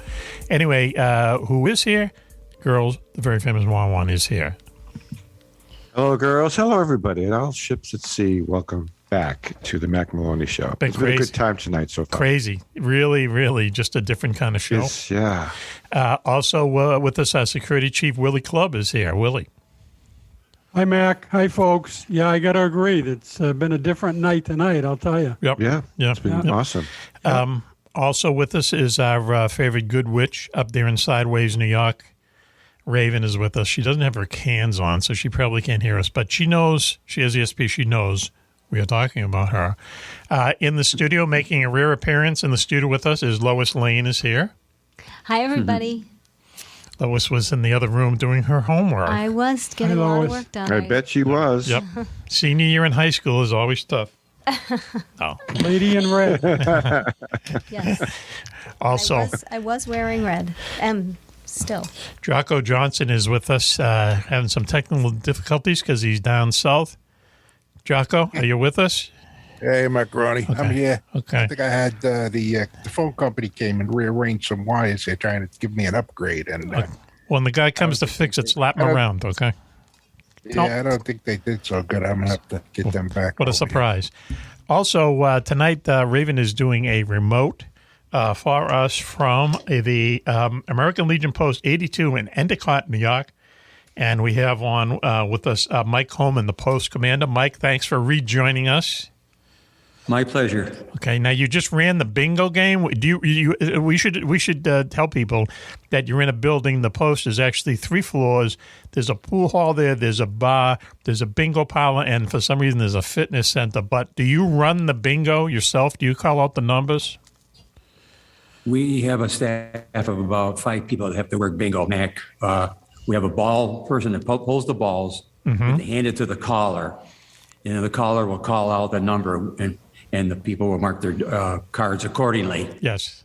Okay. And then once they get a bingo, they will yell out bingo, and we have runners that will go and call the numbers back to the caller to verify that they do have the numbers marked. Right. Now, did you say off air that someone just hit it for $450? The first game tonight was the jackpot was $450. Nice. If you hit it within 15 numbers, and they did for $450. So that makes a nice payday for a Tuesday night. I'll say. Sure does. Hey, we should have had that Dr. Simeon Hein, who was into ESP, man. We should have got him on the bingo. Should have got him a bingo card. Let's see what happens. He's the first guy. He's the first person, the first guest we've ever had on the show in the 5 to 6 years we've been doing it, who says that you can actually use psychic power to gamble. Make some money. Yes. Oh, okay. Hey, Mike, can I ask you a question on bingo? Sure. I always wondered, you know how people are hacking everything. Do you ever get people in there that falsify things, or they come in with a different card, or you ever caught anybody cheating? I just get a feeling that. That's why he's our security chief. Yes. We never had any problem like that. I'm sure there are kinds of people, you know how they are. They know all the angles. But at one time they had bingo inspectors. And they would come and walk around the hall, and they would check cards, and they were here every time we had bingo. But with the cost, they just give up on having. They got rid of the bingo. Right. So people could be. So now it's. Yeah. So people could be in there taking you guys to something, and you wouldn't know it. That's correct. Yeah. If they were, we wouldn't know it. No. Yeah, you need some security. Probably what Lonely Larry's doing. You come on down and set it up for us. Oh yeah. Hey, Mac. Yes. Mac, 2 quick things. Yes. This is why Willie Club security chief. Yes.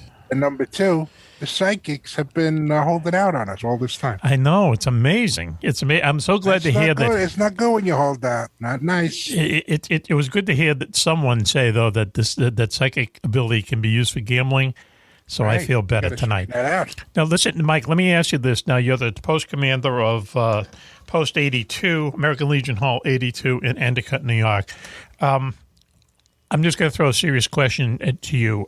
I don't think the veterans in this country are treated anywhere near the way they should be treated. Do you agree? That's absolutely correct. Okay. What's the problem? Couldn't say it any better. What's wrong? What's wrong? Why we should be honoring these people? Other countries honor their veterans, but for some reason, not in this country. Why? If I had the answer, I would let you know. For some reason, they take care of the other people that are against us, against our country and all that, and they just don't. And I think it starts right in school, Mac. They don't teach them anything about history, about the wars and what these guys went through to keep our country what it is today. Right. It's just amazing. I mean, you can't believe it. Right. I mean, you hear those Vietnam guys that came back and got spit on, and it's true. I mean, I just don't. I don't have an answer for you.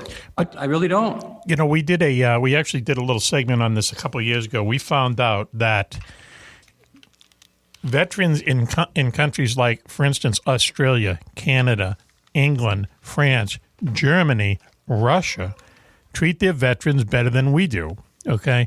I mean, in Russia, at one time, if you were a veteran of World War II, you wore a special pin. Now, you have to live in Russia to appreciate this, but, you know, you would go to the front of the bread line. You know what I mean? You would go to the front of the milk store line. They actually, you know, you had some comps, you know, because of what you did. And people don't, I don't know why. I mean, maybe it's in the schools. Maybe, you know, the money is going to the wrong place, whatever. But a lot of money goes into the Veterans Administration. It's like one of the largest, you know, things that our tax money go into, but it just doesn't seem to help anybody. Lois's father, we talk about him on the show a lot. He was 15 years old when he landed on Okinawa in World War II. He was the youngest Marine to land on Okinawa. Wow. And I hate to say this, Lois, but at the end of his life, he was sure the veterans were going to take care of him, and they didn't. Luckily, he had other means, you know. It's a disgrace. Right. And the money that they spend on the veterans, it's hundreds of billions of dollars. And when we had to deal with them, the people we dealt with, I mean, you know, we would send them Federal Express packages. They wouldn't accept them. We would call them, and they wouldn't let us talk to them. They wouldn't even let us know where their office was. That's a disgrace. That's a disgrace. And we talk about military charities all the time. We have people that we know here, Homes for Our Troops, that build houses for wounded veterans from Afghanistan and the Iraqi War. It's great what they do, Homes for Our Troops, but they shouldn't be doing it. It's the moral responsibility of this country to help our veterans, and it doesn't happen. It doesn't happen. Somehow, I don't know how you change it. Very true. Yeah, very true. I don't know how you change it, but when people say go ahead. You mentioned about the red line there in Russia. I was reading an article the other day that how our military people that live on base in these bases are going to food banks. Crazy. Stupid. For food, for their family, to feed their families. No, Mac, that shouldn't be happening. That's wrong. That's wrong. Not today or any other day. Well, Commander, years ago, didn't they have, like, you know, back in the Civil War days, I remember in New York, there was an old place, and they said it used to be like the old sailors' home, and they had old soldiers' homes, or if you had no family, they would take care of you. And these guys would have pretty decent lives for those times, you know, where they were fed, they were clothed, they were given a warm bed and warm meals, clean beds, clothes. Why don't we do anything like that? You know, they're all homeless, these guys. I know. It's just disgusting. Well, we have an Oxford Veterans Home up in Oxford, New York, and it's a marvelous place. It's all veterans, even their wives, if they want to come, can live there, and everything's provided. And that's the way it should be. That's the way it should be. It should be all over the country. Right. Absolutely. In Oxford, New York. Yeah. You know, come on. The setup that they have, for instance, for the French Foreign Legion. Okay, the French Foreign Legion now, which, you know, up until recently, you couldn't be French if you were in the French Foreign Legion. All right, you had to be from somewhere else. But the way they Three take Stooges are in the French Foreign Legion, weren't they? Thank you, Wawa. But Serious. But the way that they treat retired French Foreign Legionnaires is unbelievable. I mean, they basically live in these kind of cool hotels in the south of France, and they take care of them until they die, and their families until they die. Okay, I don't understand. Maybe now I'm on my soapbox here. Maybe it's because we spend so much money on the weaponry, on the technology, or whatever. But I know the Veterans Administration gets something like $300 billion a year, and then they get $300 billion the next year and the next year. And our good friend Agent X, who retired a lieutenant colonel in the Army counterintelligence, he told me once he went to a veterans hospital once. He had to get an arm brace, for some kind of injury he had. He says, I walked in. There's 100 people waiting to see a doctor. They see he was lieutenant colonel. He said, you can go to the front of the line. He refused. He went on, and he bought an ace bandage. He says, it was a disgrace.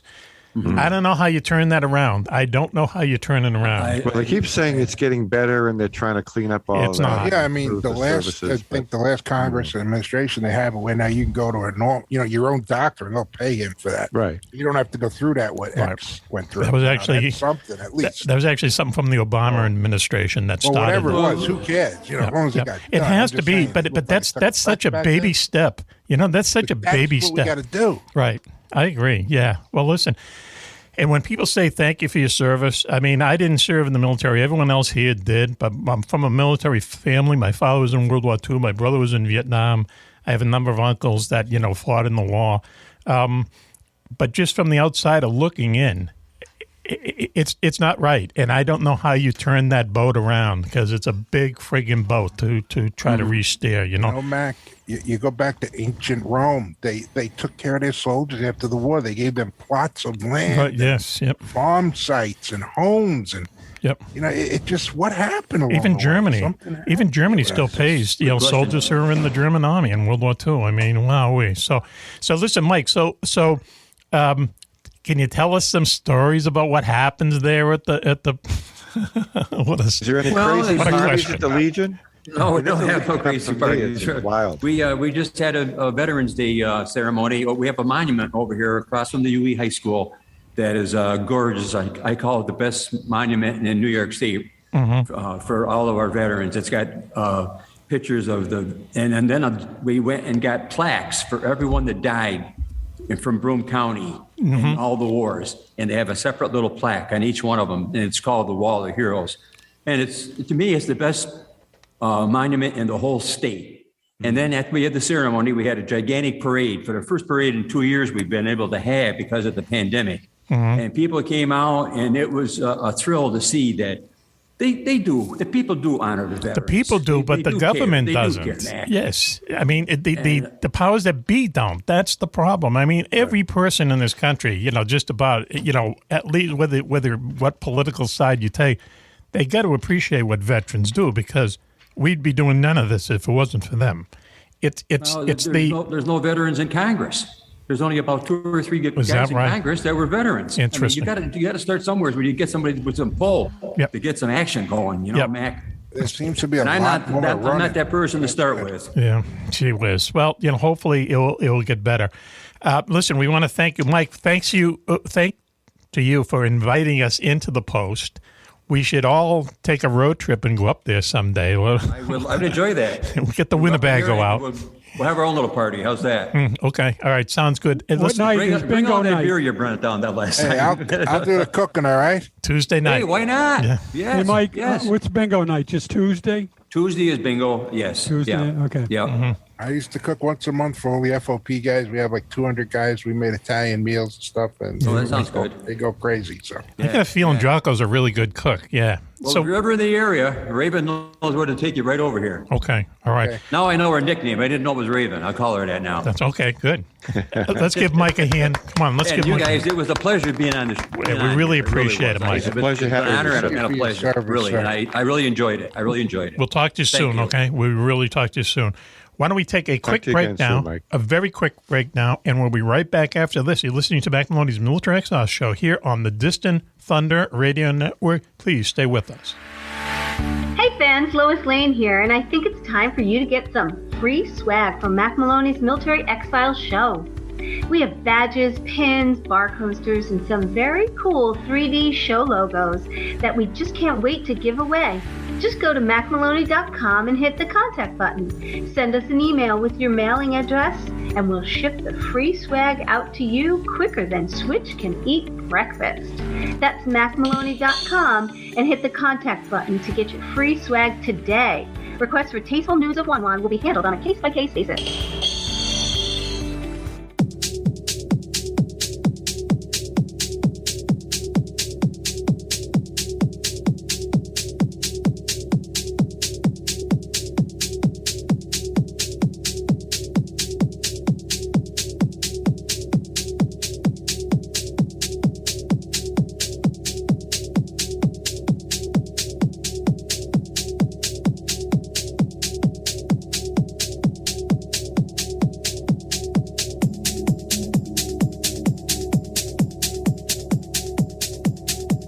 Welcome back, everyone, to Mack Maloney's Military X-Files show here on the Distant Thunder Radio Network. This is Mack Maloney. What a show we've had tonight. Very quickly, I mean, we're going to be wrapping it up, but girls, Juan is here. The very famous Juan is here. It was a great show. I enjoyed every minute of it. Willie Clubb is here, our security chief. Willie Clubb. Hi, Mac. A lot going on tonight. Yeah, sure is. Jocko Johnson is with us. Jocko, having technical problems. Jocko. Great show, Mac. Yeah. What I heard was great, and I'm happy to be here. The very lovely Lois Lane is in the house with us. Lois. Hi, everybody. It's been very interesting. And our favorite good witch up there in Sideways, New York, Raven, is with us. Raven. Hello, my friends. Thanks for having me.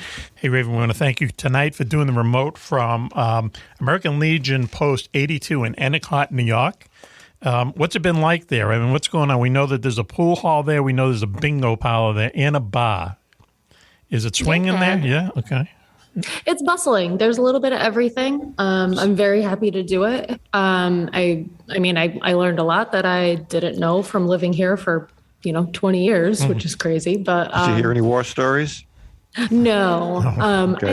I don't bring that up unless people wanna talk to me about it. Right. But it's for a Tuesday night. It is bumping here. Wow, that's cool. So that's good to hear. Very happy to be here. It's good to hear. And we want to thank our guest tonight, Dr. Simeon Hein. Boy, did he educate us about remote viewing. We've done a lot of remote viewing segments on it, but out there, that was a good one. That was a really good one, and he kind of explained it in a way that, wrapping it into instinct and how you don't, if you think about it, it doesn't work, but if you just let the thoughts come in, it does work. Really fascinating. And he also agreed with us that it's probably part of one part of all the stuff that's going on, ghosts, UFOs, Bigfoot, the works, So thank you, Dr. Simeon Hein. Just Google him, H-E-I-N, Simeon Hein. Also, we want to thank, Lonely Larry, who made a very brief appearance. He's in a bad mood tonight. Lonely Larry's in a bad mood tonight because he didn't get his McRib sandwich. Is that right, Raven?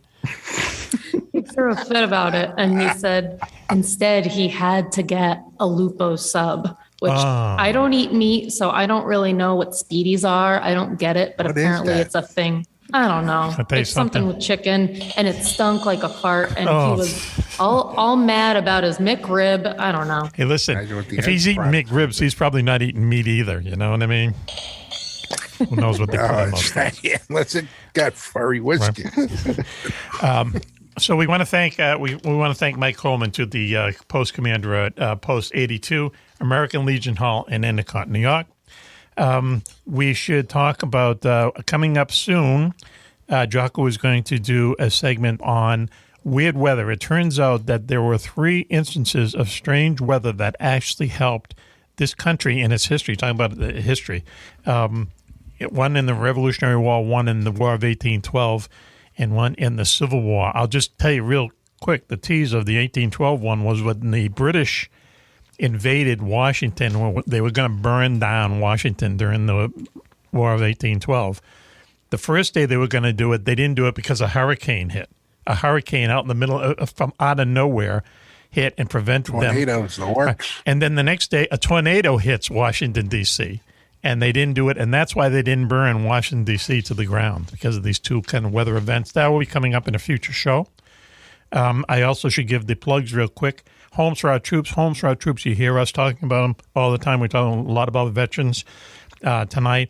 Just Google them. They are an organization that builds houses for wounded Iraqi and Afghani war victims, people who may have lost their limbs or whatever in the service of our country. They make these homes a little more livable for these people, lower counter space, better stairs, things like that. And then when they build the home, they give them the keys. They tear up the mortgage.